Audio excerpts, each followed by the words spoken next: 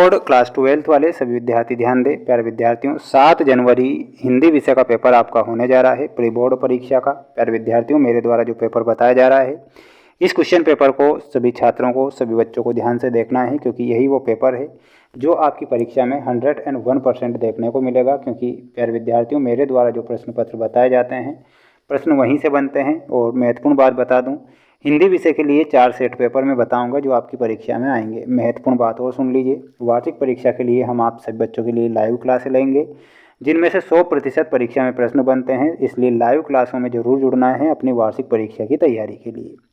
जितने भी बच्चे वीडियो को देख रहे हैं और मेरी ये मेहनत अगर आपको 0.1% भी अच्छी लगती है, तो आप वीडियो को लाइक करके चैनल को जरूर सब्सक्राइब करें। वार्षिक परीक्षा तक मैं आपका साथ दूंगा और 100% मैं आपको वो प्रश्न बताऊंगा जो डायरेक्ट परीक्षा में बनते हैं। सबसे पहले प्रश्न यहाँ पर हमारा बना है, जिसमें आपको सही विकल्प वाले क्वेश्चन में बता रहा हूँ, ध्यान से देख लीजिए। आकाश में कौन उड़ रहे हैं, ऐसा आपसे प्रश्न पूछा गया है। यहाँ पर आपको ऑप्शन दिए गए हैं, कोए, कबूतर, बगुले या फिर गिद्ध।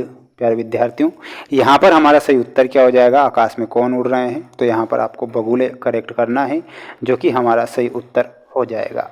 ध्यान से इन प्रश्नों को अच्छे से याद करके ही जाना है, क्योंकि यहीं से आपकी परीक्षा में प्रश्न बनेंगे। भक्तिन कहाँ की रहने वाली थी? माय डियर फ्रेंड्स, जो भक्तिन है वो झूसी की रहने वाली थी, तो यहाँ पर हमारा झूसी सही उत्तर हो जाएगा। तो इसलिए इसमें झूसी करना है। जूझ उपन्यास मूलतः किस भाषा में लिखा गया है? माय डियर फ्रेंड्स, मराठी भाषा में ये लिखा गया है, तो आपको मराठी लिखना है। निम्न में से देखिएगा, निम्न में से किसका संबंध कविता से नहीं है? प्रश्न क्या पूछा गया है कि किसका संबंध कविता से नहीं है, तो यहाँ पर आपको वाद्य यंत्र लिखना है। वाद्य यंत्र का जो संबंध होता है वो कविता से नहीं होता है, तो इसमें आपको वाद्य यंत्र लिखना है। चैनल पर नए हैं तो प्यारे बच्चों, अगर मेरी मेहनत अच्छी लगती है तो आप वीडियो को लाइक करके चैनल को जरूर सब्सक्राइब करके रखिएगा। मैंने आपसे वादा किया है कि वार्षिक परीक्षा की तैयारी मेरे ही इसी चैनल के द्वारा करवाई जाएगी। पिछले वर्ष भी हमने बच्चों को करवाई थी, जो कि 100% पेपर वहीं से बने थे। ठीक है, देखिएगा, उर्दू और फारसी की छंद शैली कहलाती है, तो जो छंद शैली होती है वो रुबाई कहलाती है, तो इसमें आपको रुबाई लिखना है। अर्थ के आधार पर वाक्य के कितने प्रकार होते हैं? तो अर्थ के आधार पर आपसे पूछा गया है, तो अर्थ के आधार पर वाक्य के 8 प्रकार होते हैं, तो आपको 8 लिखना है, जो कि हमें ऑप्शन नंबर डी में दे रखा है। ठीक है, तो अब आप इसका क्या कर लीजिएगा, एक स्क्रीनशॉट ले लो अच्छे से और याद इन्हें जरूर कीजिएगा। प्यारे विद्यार्थियों, पेपर में बता रहा हूँ तो आपका पेपर बाहर किसी भी कंडीशन में नहीं जाएगा, इसलिए ध्यान से पढ़ लीजिए और अच्छे से इन सभी प्रश्नों को आपको देख कर ही जाना है।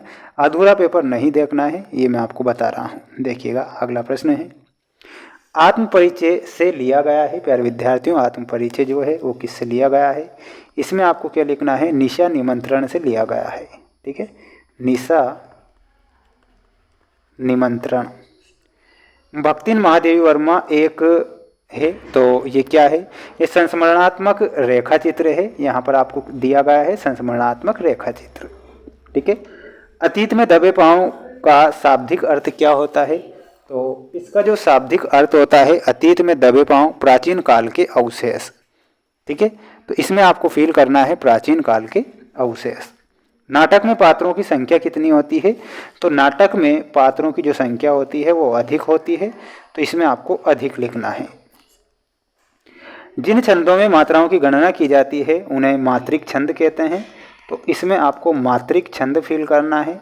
वहीं बिंब के कितने भेद होते हैं? तो इसमें आपको क्या लिखना है? बिंब के 3 भेद होते हैं, तो 3 हमारा यहाँ पर करेक्ट उत्तर हो जाएगा। तो ध्यान से पेपर को देखना है और अच्छे से याद जरूर करना है।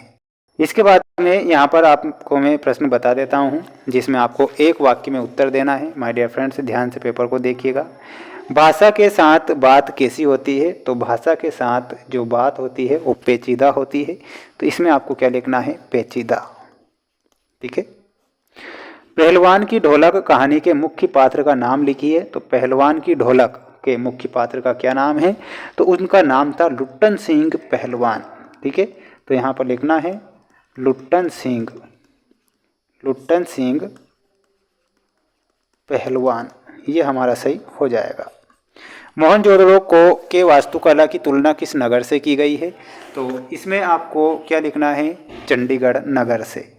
ठीक है, तो इसमें लिखिएगा चंडीगढ़ से। उल्टा पिरामिड शैली में समाचार को कितने भागों में बांटा गया है प्यारे बच्चों? इसमें आपको क्या लिखना है? 3 भागों में बांटा गया है। और वो 3 भाग कौन कौन से हैं? वो है इंट्रो, बॉडी और समापन। शब्दों के सार्थक समूह को क्या कहते हैं? तो शब्दों का सार्थक समूह वाक्य कहलाता है, तो इसमें वाक्य लिखना है। वहीं कान का कच्चा होना मुहावरे का अर्थ क्या होता है? तो अफवाहों पर विश्वास करना। व्यंग्यार्थ को प्रकट करने वाली शब्द शक्ति क्या कहलाती है? तो उसे व्यंजना शब्द शक्ति कहते हैं। तो आपको व्यंजना शब्द शक्ति लिखना है। माय डियर फ्रेंड्स, अच्छे से मेहनत जरूर कीजिएगा। हालांकि मैं भी आपके लिए दिल से मेहनत कर रहा हूँ, अच्छे से करूँगा और आगे भी वार्षिक परीक्षा में भी करता रहूँगा आप सभी छात्रों के लिए। बच्चे जन्म से ही अपने साथ कपास लाते हैं, ये गलत हो जाएगा, सत्य। परचेजिंग पावर का अर्थ क्रय शक्ति होता है, ये बिल्कुल आपको सत्य के रूप में बताना है। सिल्वर वेंडिंग विवाह के 25 वर्ष पूर्ण होने पर मनाया जाता है, ये बिल्कुल सत्य होगा। कहानी का केंद्रीय बिंदु कथानक होता है। अंग्रेजी शिक्षा का विरोध भारतेंदु युग की विशेषता नहीं है, यह सत्य होगा। वहीं क्रिया की विशेषता बताने वाले शब्दों को क्रिया विशेषण कहते हैं, ये बिल्कुल सत्य हमारा हो जाएगा। ठीक है, स्क्रीनशॉट ले लेना है और मेरे द्वारा जो प्रश्न बताए जाएंगे वो मोस्ट बताए जाएंगे। 4 सेट पेपर का मैंने वादा किया है, जो कि मैं 4 सेट पेपर के माध्यम से ही आपको मोस्ट प्रश्न बताऊंगा। अगर ये 4 सेट पेपर आपने देख लिए तो वादा करता हूं कि पेपर आपका बाहर नहीं जाएगा, इसलिए मेहनत करें। Best of luck. जय हिंद, वंदे मातरम।